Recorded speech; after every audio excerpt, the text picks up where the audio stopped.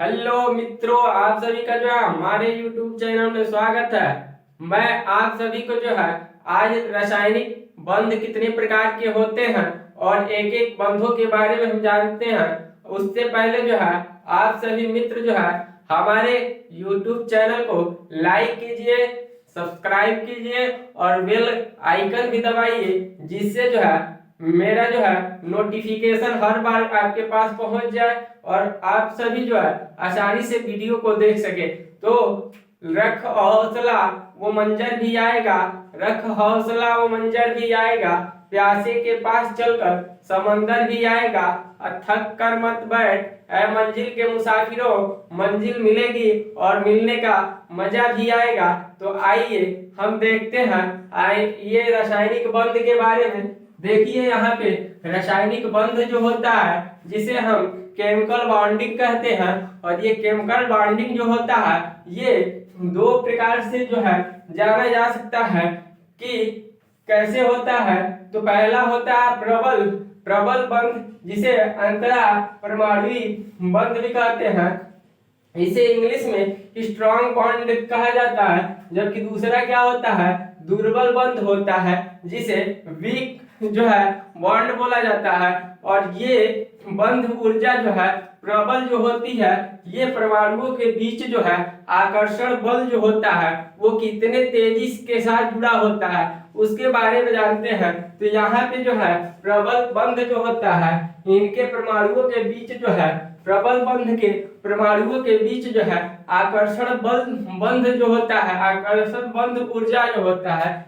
तो बंध बंध ऊर्जा जो होता है, ये ऊर्जा बंध ऊर्जा जो है 200 किलो जूल होता है, 200 किलो जूल होता है, या इसे मोल में भी व्यक्त कर सकते हैं। तो मोल किसे कहते हैं, तो आप लोग जब भी कोई फल की दुकान पे जाते हो, केले की दुकान पे जाते हो, कहते हैं 1 दर्जन हमें चाहिए। तो 1 दर्जन का मतलब क्या होता है, तो 1 दर्जन का मतलब जो होता है वो 12 केले आपको दे देता है। तो मोल का मतलब होता है कि मोल का मतलब होता है इसमें संख्या, कितनी संख्या में होते हैं। तो 1 मोल बराबर 12 के बराबर 12 दर्जन के बराबर होते हैं। ये जो होता है इसमें इतना कैलोरी ऊर्जा होता है। जबकि दुर्बल बंध जो होता है, जो जिसे वीक बॉन्ड बोलते हैं, ये क्या होता है, तो ये लगभग कितना होता है, तो ये लगभग जो है 2 से इसकी बंध ऊर्जा कितनी होती है। तो इसकी बंध ऊर्जा देखते हैं हम कितनी होती है। तो इसकी बंध ऊर्जा हमारा जो है बंध ऊर्जा जो है 2 से लेकर 42 तक जो है किलो जूल प्रति मोल या मोल होता है। क्या होता है, मोल होता है। यहाँ पे इसमें जो है केमिकल रासायनिक बंध में जो है, जिसे केमिकल बॉन्डिंग बोलते हैं, ये 2 प्रकार से बंध बनाते हैं। किस किस प्रकार से, एक प्रबल बंध जिसमें बंधन ऊर्जा जो होती है 200 किलो कैलोरी जूल तक होती है। दूसरे में क्या होता है, दूसरे में 2 से लेकर और 42 जो है किलो जूल तक होता है, या मोल बोल सकते हैं। अब देखिए प्रबल जो बंध होता है, प्रबल बंध ये कितने प्रकार के होते हैं। तो प्रबल बंध को हम देखते हैं। तो प्रबल बंध जो होता है ये, इसके बारे में जानते हैं कि कितने प्रकार का होता है प्रबल बंध। प्रबल बंध जो होता है इसको कितने प्रकार के होते हैं, तो इसे पहला बोलते हैं इसे आयनिक बंध। क्या बोलते हैं, आयनिक बंध बोला जाता है, इसे आयनिक बंध बोलते हैं। और दूसरा क्या होता है, तो दूसरा होता है सहसंयोजी बंध।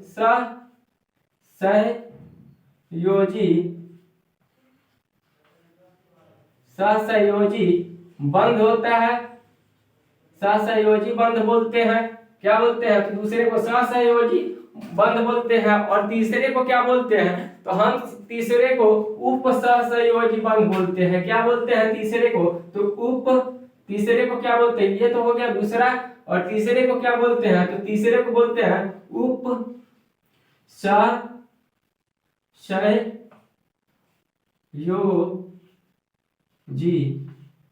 उपसहसंयोजी बंध बोला जाता है। और चौथा हमारा क्या होता है, तो चौथा हमारा क्या होता है, चौथे के बारे में जानते हैं। तो चौथे को हम बोलते हैं क्या, तो चौथे को बोला जाता है धात्विक बंध। क्या बोला जाता है, चौथे को हम बोलते हैं धात्विक बंध। क्या बोलते हैं इसे, धात्विक बंध,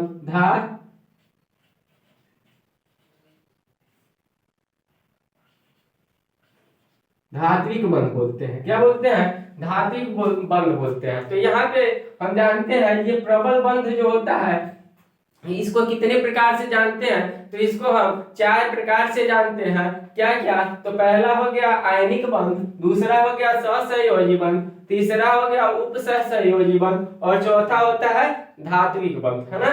अब देखिए ये तो हो गए 4 प्रकार के, लेकिन जो है दुर्बल बंध की भी संख्या होती है। ये कितने प्रकार के होते हैं, तो दुर्बल बंध जो होता है, ये दुर्बल बंध जो होता है, ये भी जो होता है 2 प्रकार का होता है। कितने प्रकार का होता है, तो 2 प्रकार का होता है। कितने प्रकार का, 2 प्रकार का।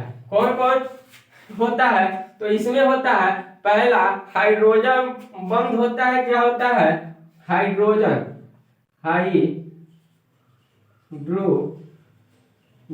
हाइड्रोजन बंध क्या होता है, हाइड्रोजन बंध होता है। और दूसरा क्या होता है, तो दूसरा को बोला जाता है वांडरवाल बंध। क्या बोला जाता है, दूसरे को बोलते हैं, ये पहला तो हो गया हाइड्रोजन बंध, और दूसरा क्या होता है, तो दूसरा होता है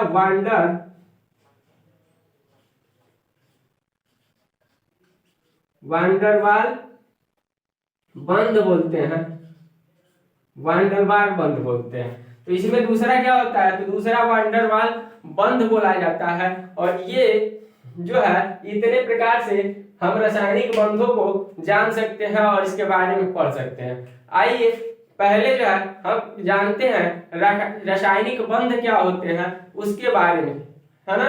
तो पहला हम क्या जानते हैं, रासायनिक बंध। क्या बोलते हैं इसे, रासायनिक बंध। पहला रासायनिक बंध के बारे में जानते हैं, पहला नहीं है, रासायनिक बंध क्या होता है, रासायनिक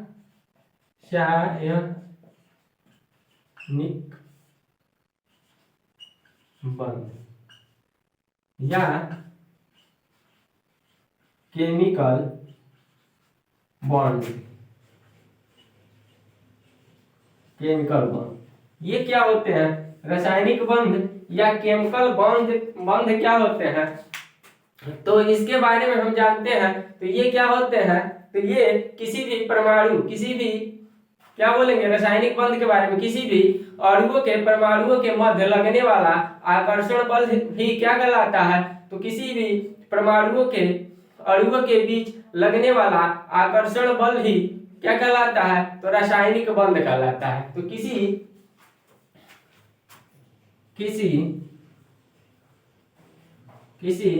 अणुओं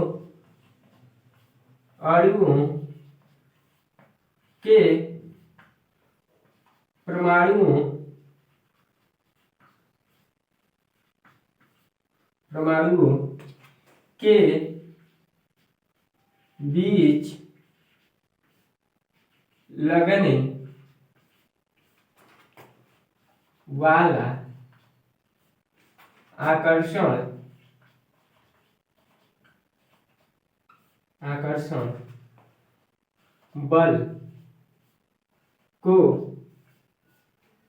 वाला आकर्षण बल को क्या कहते हैं, तो रासायनिक बंध कहते हैं, रासायनिक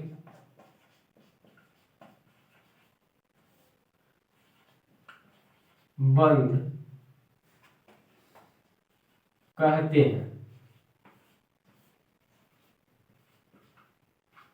क्या कहते हैं, तो किसी भी रासायनिक बंध किसे कहते हैं, किसी भी अणुओं के परमाणुओं के के बीच लगने वाला आकर्षण बल को ही हम क्या करते हैं, तो रासायनिक बंध करते हैं, है ना। ये देखिए रासायनिक बंध जो होता है कैसे होता है, तो यहाँ पे एग्जाम्पल में हम देखते हैं क्या, तो एग्जाम्पल में देखते हैं हमारा एग्जाम्पल में जैसे यहाँ पे CO2 हो गया, HN3 हो गया,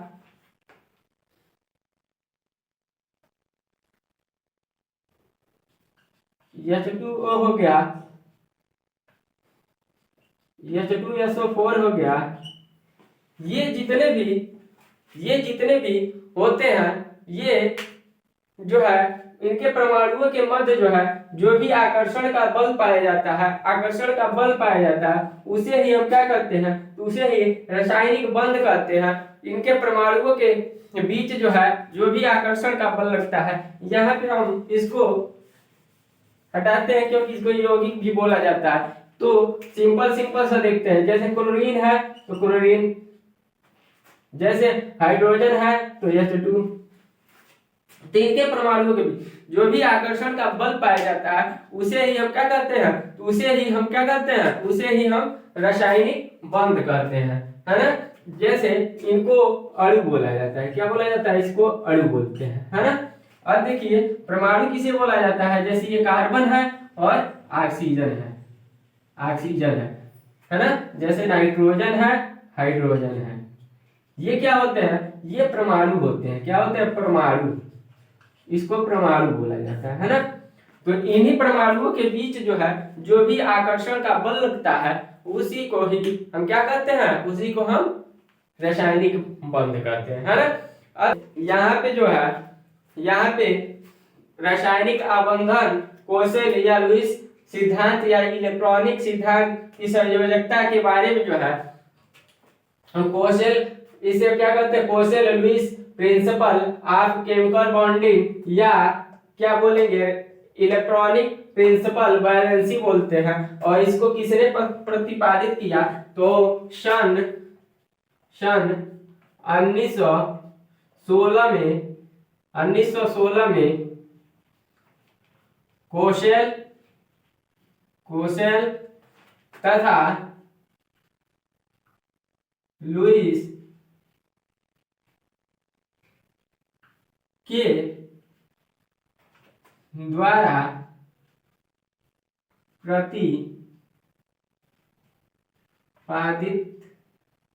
प्रतिपादित किया गया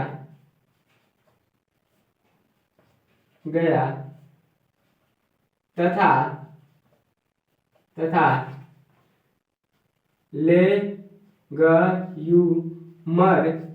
लेग्यूमर ने इसको आगे बढ़ाने का कार्य किया। लेगिम्नर जो थे उन्होंने क्या किया कि इसको जो है आगे बढ़ाने के लिए जो है लेग्यूमिनर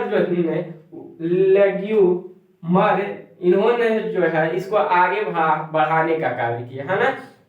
इस प्रकार जो है इसमें क्या देखते हैं, तो इसमें कह सकते हैं कि परमाणुओं के अंतिम कोश में 8 इलेक्ट्रॉन होने पर वह अस्थायित्व ग्रहण कर लेते हैं। इन्होंने क्या बताया, जो भी परमाणु होते हैं परमाणु के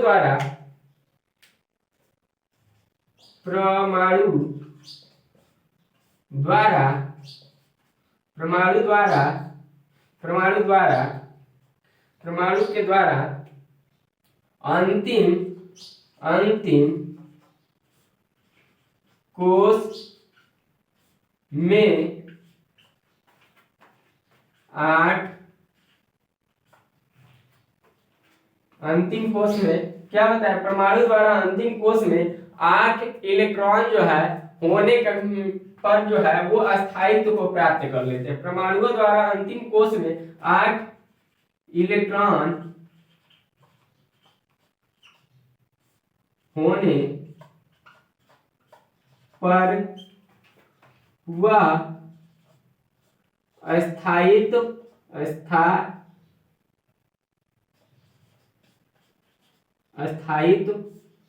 को प्राप्त कर लेते हैं। इन्होंने क्या बताया, इन्होंने बताया ये कि जो भी मतलब परमाणु होता है और परमाणु के जो है अंदर जो भी परमाणु होता है उसके लास्ट कोष में जो भी इलेक्ट्रॉनों की संख्या बचती है उसको क्या करते हैं ये, तो उसको उसमें जो है 8 इलेक्ट्रॉन बचते हैं और जब 8 इलेक्ट्रॉन बचते हैं तो वो किसको प्राप्त कर जाता है, तो वो अस्थायित्व को प्राप्त कर जाता है। और इसी अस्थायित्व को ही हम क्या करते हैं, इसी अस्थायित्व को ही हम क्या करते हैं, तो इसी अस्थायित्व को प्राप्त करने को ही हम क्या करते हैं, अष्टक नियम कहते हैं। क्या कहते हैं, इसी अस्थायित्व को प्राप्त करना ही क्या कहलाता है, अष्टक नियम कहलाता है। और अष्टक नियम में क्या पता चलता है, तो इसमें अपकरी गैसों के बारे में पता चलता है। जैसे अपकरी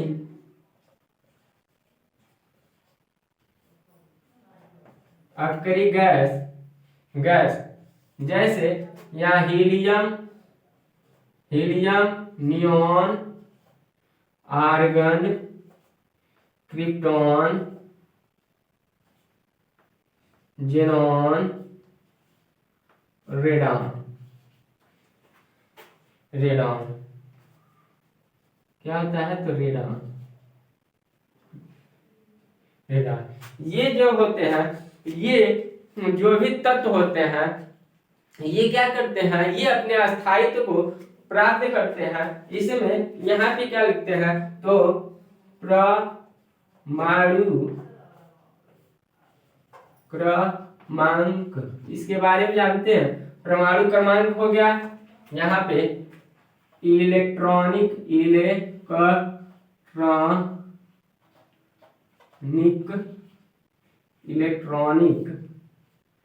विन्यास। अब देखते हैं बारी बारी से सबका देखते हैं क्या होता है। तो यहाँ पे जो अपकरी गैस होते हैं इसको, इसमें जो है भरने का एक नियम भी होता है। तो क्या नियम होता है, जैसे नियॉन का कितना होता है, तो इसका ही होता है 2।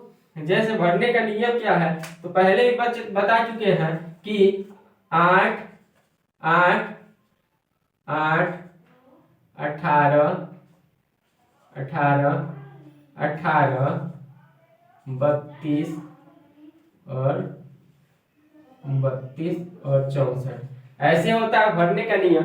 जैसे यहाँ पे इसका हीलियम का देखते हैं, तो इसका परमाणु क्रमांक कितना होता है, 2 होता है। और 2 में 8 जोड़ेंगे कितना हो जाएगा, तो 18 हो जाएगा। कितना हो जाएगा, 18 हो जाएगा। और क्या देखते हैं, और जो है 18 हो गया, किसका 18 हो गया, तो यहाँ पे जैसे यहाँ पे क्या देखते हैं, यहाँ पे हीलियम का परमाणु कितना है, तो 2 है। और 2 में 8 जोड़ते हैं तो क्या होगा, तो 10 हो जाएगा। तो नियान का क्या होता है, 10 होता है परमाणु क्रमांक। उसके बाद जो है 10 में जो है 8 जोड़ेंगे तो क्या हो जाएगा हमारा, एक 8 का उपयोग कर लिए और दूसरे 8 का उपयोग करेंगे तो 8 जोड़ेंगे। तो यहाँ पे आर्गन का क्या होगा, तो यहाँ 8 करेंगे तो 18 हो जाएगा।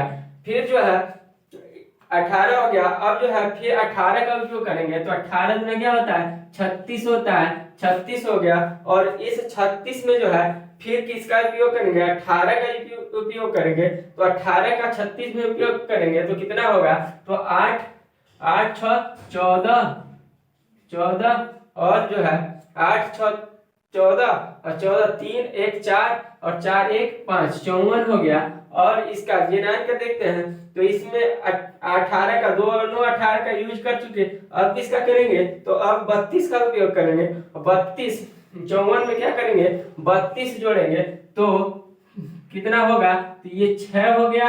और 6 3 5 3 8 86 हो गया हमारा।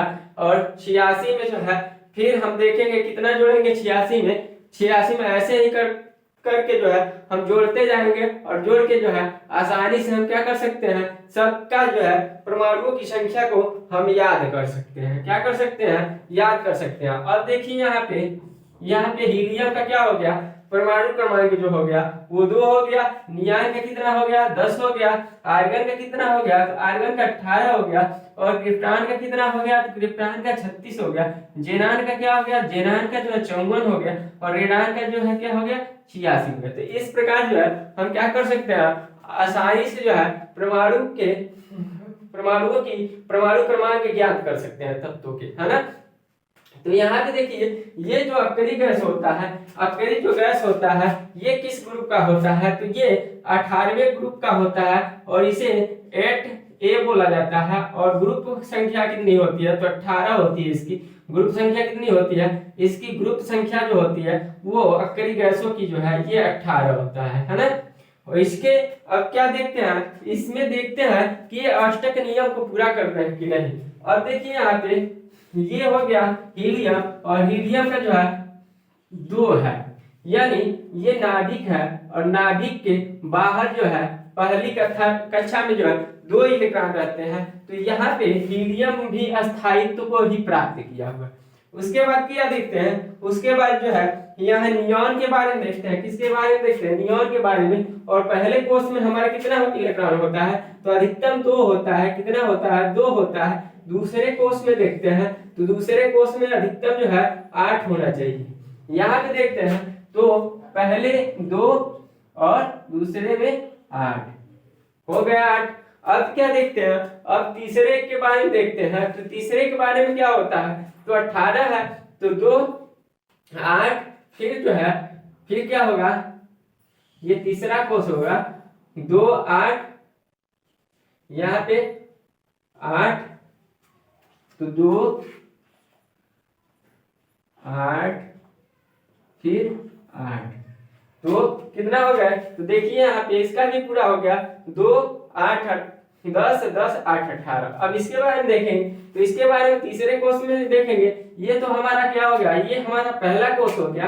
क्या हो गया, पहला कोष में जो है ये दूसरा है, ये तीसरा है। इसी तरह चौथे कोष में देखेंगे तो चौथे कोष में क्या होगा, तो चौथे कोष में देखते हैं तो कितना होता है, तो ये चौथा कोष और ये चौथे कोष के लिए क्या होगा, तो यहाँ पे 18 होगा। क्या होगा, 18 होगा या 8 होता है। क्या होता है, या तो 18 इलेक्ट्रॉन पाया जाता है, नहीं तो 8 इलेक्ट्रॉन पाया जाता है। तो यहाँ पे क्या देखेंगे, तो यहाँ पे किसके लिए, तो पहले कोष में 2 इलेक्ट्रॉन और फिर जो है 8 इलेक्ट्रॉन, फिर जो है 8 इलेक्ट्रॉन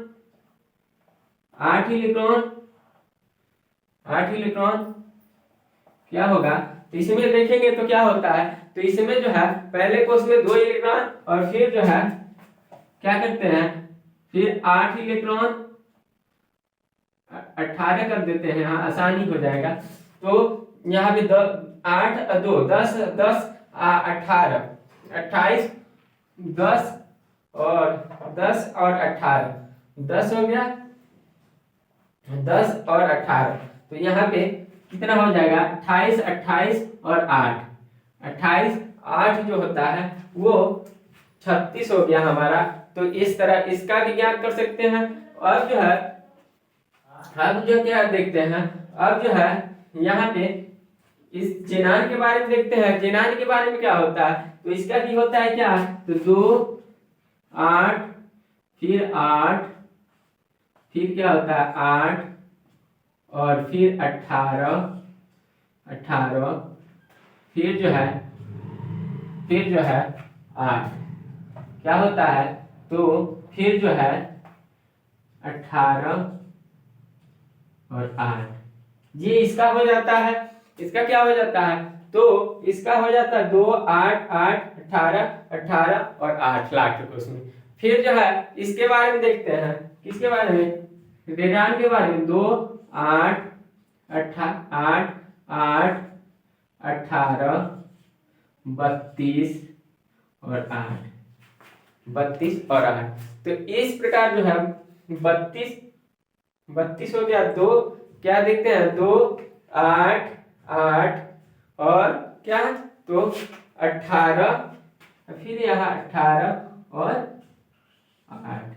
तो इस प्रकार जो है हम आसानी से जो है तत्वों के इलेक्ट्रॉनिक विन्यास के लास्ट कोष में हम देख सकते हैं कि सब में जो है कितना आया है। तो लास्ट कोष में जो है इलेक्ट्रॉनों की संख्या जो आई है वो 8 सब में आई है ना। तो इस प्रकार आसानी से हम क्या कर सकते हैं, जान सकते हैं किसके बारे में, तो अक्सरी गैसों के अष्टक नियम के बारे में जान सकते हैं, है ना। हम जानते हैं रासायनिक बंध जो होता है, ये भी बंध बनाने की जो प्रक्रिया होती है ये कई प्रकार से होती है। इनमें जो है पहला है समपरमाणु द्विपरमाणु अणु। ये क्या होता है, जैसे हम यहाँ पे लिखे क्या, तो जैसे हम यहाँ पे लिखते हैं H2 N2 N2 P2 C2, ये आदि जितने भी इस तरह से जो है लिखे जाते हैं, इनको हम क्या बोलते हैं, तो इनको बोला जाता है समपरमाणु द्विपरमाणु अणु, समपरमाणु द्विपरमाणु अणु, है ना। उसके बाद क्या होता है, तो उसके बाद होता है समनाभिकी बहुपरमाणु अणु। क्या होता है, समनाभिकी बहुपरमाणु अणु। और ये क्या होते हैं, इसको जैसे हम जानते हैं, ये क्या होते हैं, जैसे इसको हम जानते हैं कैसे, तो इसको जैसे हम लिखे P4 P8 इस तरह से जो भी मतलब आदि आते हैं, इस तरह के जितने भी आते हैं, इसको क्या बोला जाता है, तो समनाभिकी बहुपरमाणु अणु बोला जाता है ना। अब इसके बाद हम क्या देखते हैं, तो इसके बाद हम देखते हैं किसके बारे में, तो विषम नाभिकी द्विपरमाणु के बारे में। विषम नाभिकी द्विपरमाणु क्या होता है, तो विषम नाभिकी द्विपरमाणु जैसे इसको जानते हैं किससे, तो इसको जानते हैं जैसे HCl है, HCl होता है, और क्या होता है, जैसे HF हो गया, क्या हो गया, HF हो गया, और क्या हो गया, तो और देखते हैं CO हो गया, और क्या हो गया, तो कार्बन मोनोऑक्साइड बोला जाता है इसे, और क्या हो गया, तो नाइट्रस ऑक्साइड बोलते हैं। ये सब जितने इस तरह से लिखे जाते हैं, इन सबों को बोला जाता है क्या, तो इन सबों को बोला जाता है विषम नाभिकी द्विपरमाणु अणु बोला जाता है। अब देखिए इसके बाद चौथा क्या होता है हमारा, चौथा जो होता है वो विषम नाभिकी बहुपरमाणु अणु होता है। ये क्या होते हैं, बहुपरमाणु अणु। जैसे इसमें देखें तो क्या होता है, तो इसमें देखें तो NH3 हो गया, जिसे अमोनिया बोला जाता है, इस तरह से जो भी मतलब आते हैं उसको क्या बोला जाता है, विषम नाभिकी बहुपरमाणु अणु बोला जाता है। जैसे CO2 हो गया, जैसे CH4 हो गया, क्या हो गया, जैसे CH4 हो गया, है ना। तो इस तरह से जो भी मतलब आदि आते हैं, आदि इस तरह के जो भी आते हैं उसे हम क्या बोलते हैं, उसे हम विषम नाभिकी बहुपरमाणु अणु बोलते हैं।